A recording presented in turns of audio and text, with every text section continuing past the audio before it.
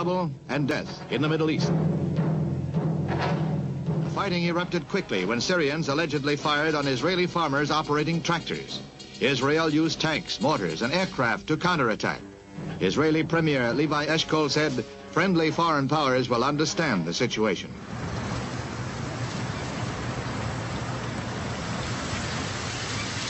In May 1967, the leaders of the Soviet Union took a step that would change the map of the Middle East. The losers would be their own allies. It all began with a false report from Soviet intelligence. Anwar Sadat, Speaker of the Egyptian Parliament, was in Moscow for talks with Soviet Prime Minister Kosygin. It was a routine trip.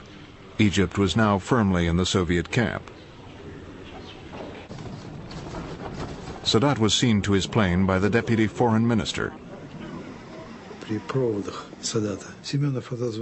minister took Sadat aside. He said Israeli troops were massing against Syria. He asked him to report this at once to Nasser. Egypt's president, Gamal Abdel Nasser, was the hero of the Arab world. If Israel was massing troops on the Syrian border, Nasser would be expected to act. He sent for his chief of staff and instructed him to find out what the Israelis were up to.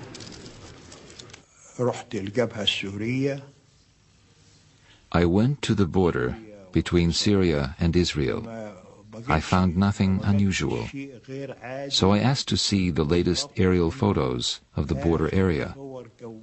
They showed me photos from the previous day and the day before that.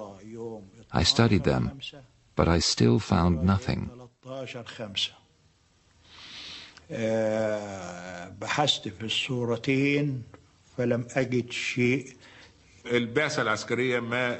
The chief of staff found nothing to back up the Soviet report.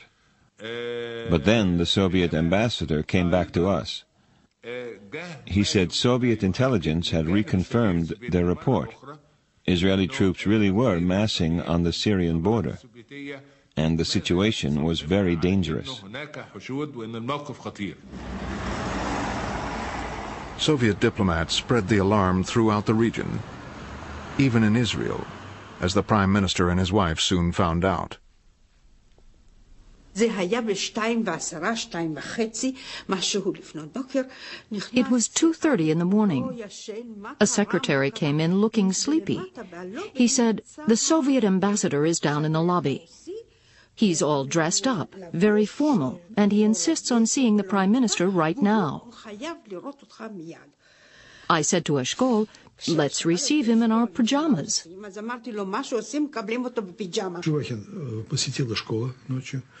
Our ambassador gave Eshkol a telegram from Kosygin.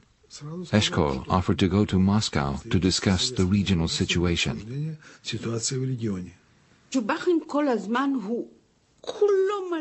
The ambassador was angry.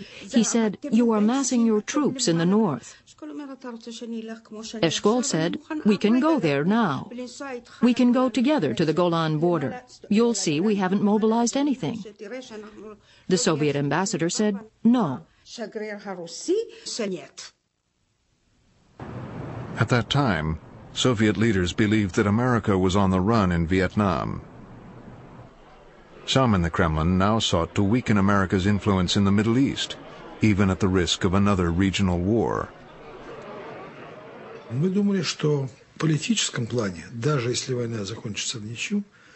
We believed a war could bring us political gains. Even a stalemate could bring us benefits. Egypt had our backing, both political and military.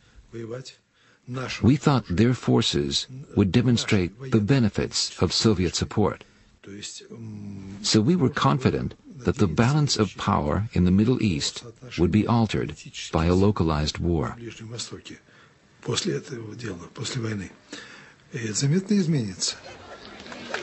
In Cairo, Nasser had put his armed forces on alert the moment he received the Soviet report.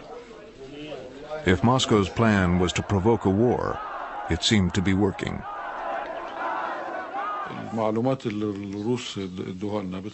The Russian report escalated everything. We felt obliged to move troops into the Sinai. From there, we could retaliate against Israel if Israel attacked Syria.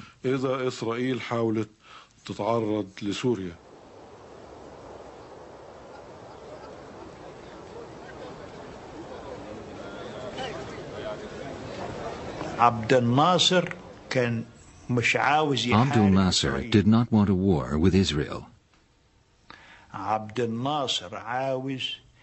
Abdul Nasser was thinking of his image in the Arab world. So he put on a show of strength using the armed forces. Marshal Amir wanted to attack Israel right away.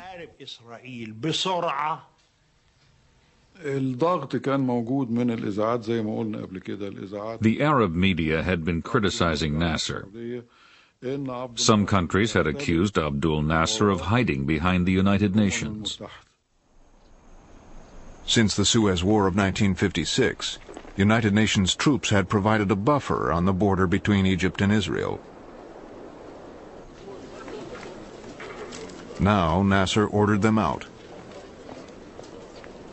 The eyes of the world focused on a small harbor at the edge of the Sinai Desert, Sharm el-Sheikh.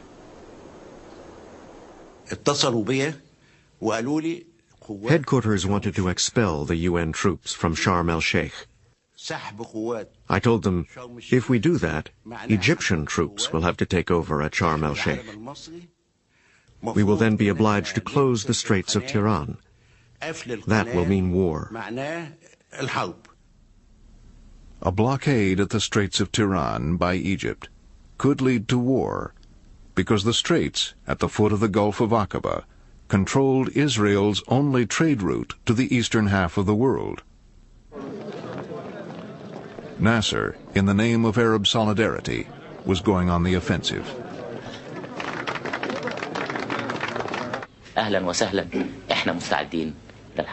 Our armed forces are ready for war.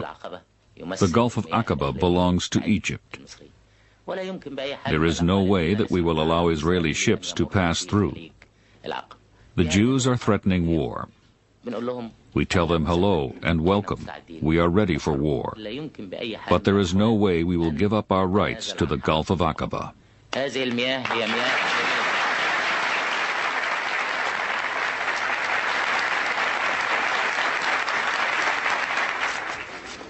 In Israel, the people prepared to defend themselves. Their prime minister, Levi Eshkol, summoned his cabinet and military commanders.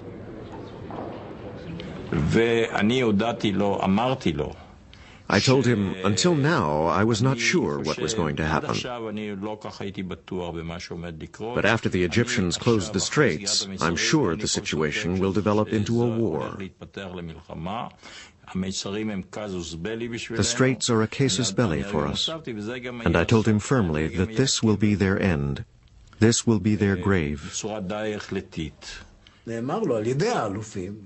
We commanders told him, we have no choice. We have to mobilize. We have to launch an attack within 72 hours. If we give the Egyptians more time, they will pack the Sinai with more and more divisions. The generals saw Israel becoming increasingly vulnerable. The Chief of Staff, General Rabin, was very worried. He smokes a great number of cigarettes, and he ate nearly all the nuts and raisins in the little basket there. And he was very worried not because he doubted the result of the war, but because we were really very unprepared for war. Rabin asked Abba Eban for a diplomatic solution. Rabin had said we were really not prepared for war. And second, there should still be some attempt to avoid it by exercising warnings and pressures upon the Egyptians. And then Mr. Eshkol sent me a note saying, what are you doing